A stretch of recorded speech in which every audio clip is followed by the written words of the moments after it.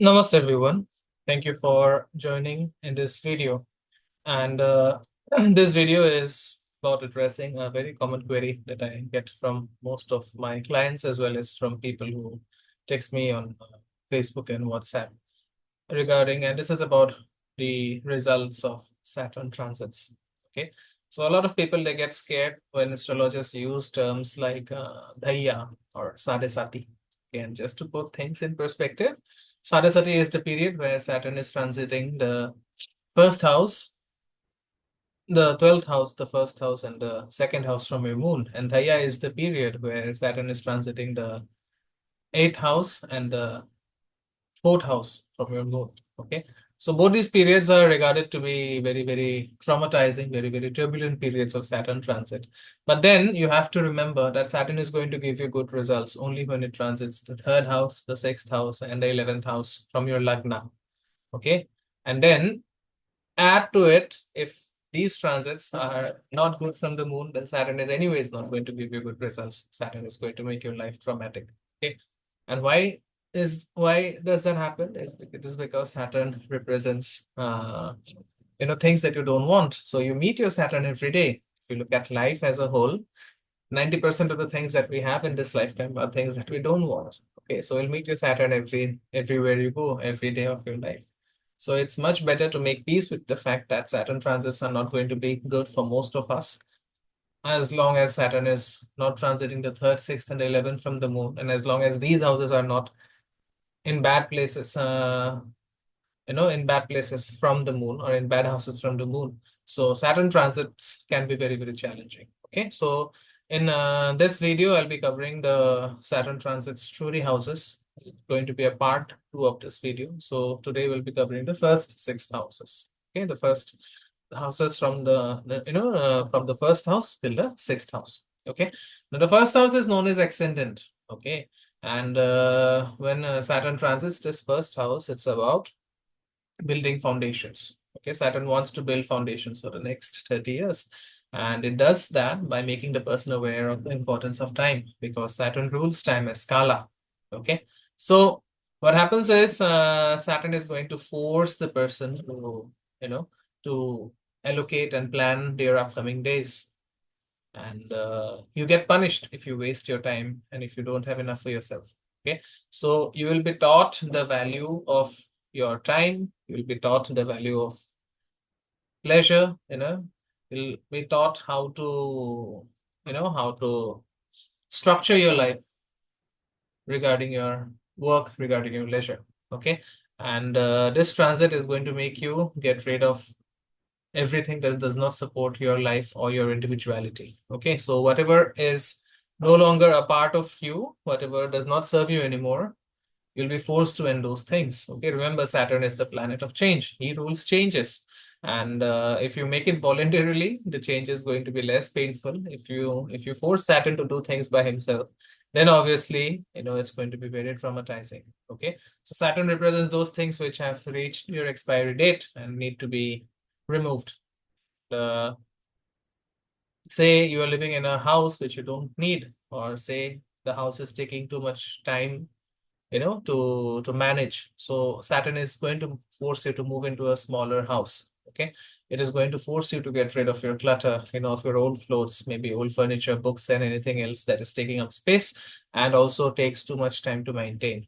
Okay, now remember, the first house is also the house of health. So if you are already unhealthy, or if you are already suffering from old age problems, then Saturn transiting this first house can actually cause problems. Okay, and but then it also makes you more aware of your health. It makes you exercise, take steps to curb the unhealthy intake of food. Okay, so that is another way how Saturn changes you. Okay, and as I said, the first house is your foundation, and Saturn transiting the first house is going to set the foundation for the next 30.5 years. So even if your life path is going to change because of this transit, the change is going to come slowly and methodically.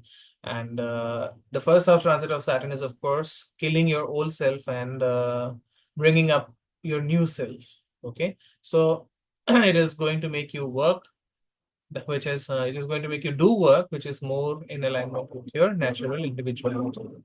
Okay, So if you look at certain certain important events, let's say if you look at the chart of Bill Gates, of course I'm not having the chart, you can check it out. If you look at the chart of Bill Gates, then he started Microsoft when Saturn transited his first house. Okay. Similarly, Oprah Winfrey, her talk show, which is of course iconic now. So that talk show was started when Saturn transited her first house, and eventually that talk show made her become a millionaire. Okay, she is a millionaire, of course. So a lot of changes happen when Saturn transits your first house. Okay, now if Saturn is transiting the second house of family and saved wealth, then Saturn this transit can give long-term possessions and responsibilities after removing all the unwanted things after the first house transit. Okay, so on the negative side, it can separate you from your family and close friends, who are no longer serving your purpose. Okay, because they are neither serving your purpose nor they are reflecting your true self. And remember, the true self is the sun, and Saturn is the sun, is the kid of the sun. Okay, so always remember that although Saturn and Sun are enemies, they are going to work together. Okay, so Saturn, as I said, represents change, and change comes when you are no longer carrying that part of the Sun which is not useful to you. Okay, remember, Sun represents the ego, and a lot of times people find it let go because of the ego. Okay, so the ego is obviously going to hurt when something that you're attached to is taken away. So what happens is if that happens, if that situation arises where you're separated from your family, where the wealth, the wealth making abilities have been hampered, remember that those things were no longer serving you. Okay. The second house also rules our food and environment. So as I said, Saturn represents change. So as a part of change, new elements can get introduced into your diet, old elements can go out, and your environment is going to be more minimalistic with less distractions. Okay, and as I said, Saturn in the second house can break up your family as well. So if you look at the chart of Brad Pitt, his troubles with Angelina Jolie began when Saturn transited his second house of the chart.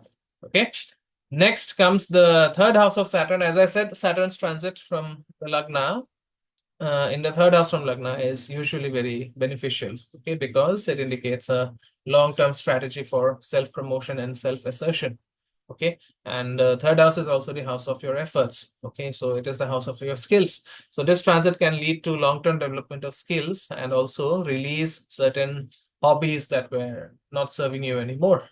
Okay. Now, third house also represents relationships with your siblings and associates. So in this case, Saturn can, take away certain relationships. But after all the unnecessary things are taken away, of course, you'll be left with better relations. And these new relations are going to be long term. Okay. Remember, Saturn is lazy. But laziness, don't look at laziness as a negative trait here. Laziness only means doing what is necessary without going for the unnecessary things. So when Saturn transits this third house of self-effort of Parakrama, the person is going to be separated from adversaries, from things which are, as I said, from things which are no longer serving him or her. And it can also indicate that the person has to put a lot of effort to let go of things which are no longer useful in his or her life. Okay. And third house is also the house of recreation. Okay, so if you are, if you are overindulging in recreational activities, then remember this, that Saturn transits can pull you or purge you away from these activities to focus on something that really matters to you, and something that is really, really representing whatever your deepest beliefs are. Okay. The fourth house transit, again, the fourth house transit of Saturn is regarded as, uh, as a difficult transit, okay, because here during this transit you are not only taking care of your health, but you are also aligning yourself with the desires of your heart. Remember, the fourth house is the original house of the moon, so this transit can cause some depression or feelings of melancholy and resentment of the past. Okay, and you will find that a lot of negative feelings, regrets, and resentments, they come up, but they are coming up because Saturn wants you to let go of those things. Okay. So because the fourth house is the house of your emotional foundation, so this transit of Saturn tells you what you should let go to attain emotional stability. Okay. And I've seen people whose mothers have fallen ill, or the relationship of the mothers with the children have undergone a dynamic change. Okay. And fourth house is also the house of home. Okay. So you might have to do some urgent repairs of your old house because of wear and tear, because of breaking. Similarly, fourth house is also the house of vehicles. So all of a sudden you may find vehicles breaking down, or maybe vehicles no longer useful, right? So what happens is these things which no longer serve you, as I said, you should let go. If you are driving an old car and the car is taking more money to get maintained, then try selling that old car and buying something new. That is how, or that is you know that is how Saturn wants you to uh, behave, or wants you to act when it transits the fourth house of your chart. Okay. Now coming to the fifth house transits of Saturn. Okay, so whenever Saturn transits the fifth house, it is going to give you long-term effects with your children as well as your creative pursuits. Okay, so it can indicate that you might get into trouble with your children, particularly because of their rebellious behavior or rebellious attitude. And it can also lead to situations where you can get into confrontation with your children because of your own attitude towards them. Okay, at times, because of Saturn's transit, raising your children can look like dull activity. It can become a chore rather than a delight. Okay, and sometimes you may face situations where your children might have to leave your safety zone for higher education, or for better educational opportunities outside the place of their birth.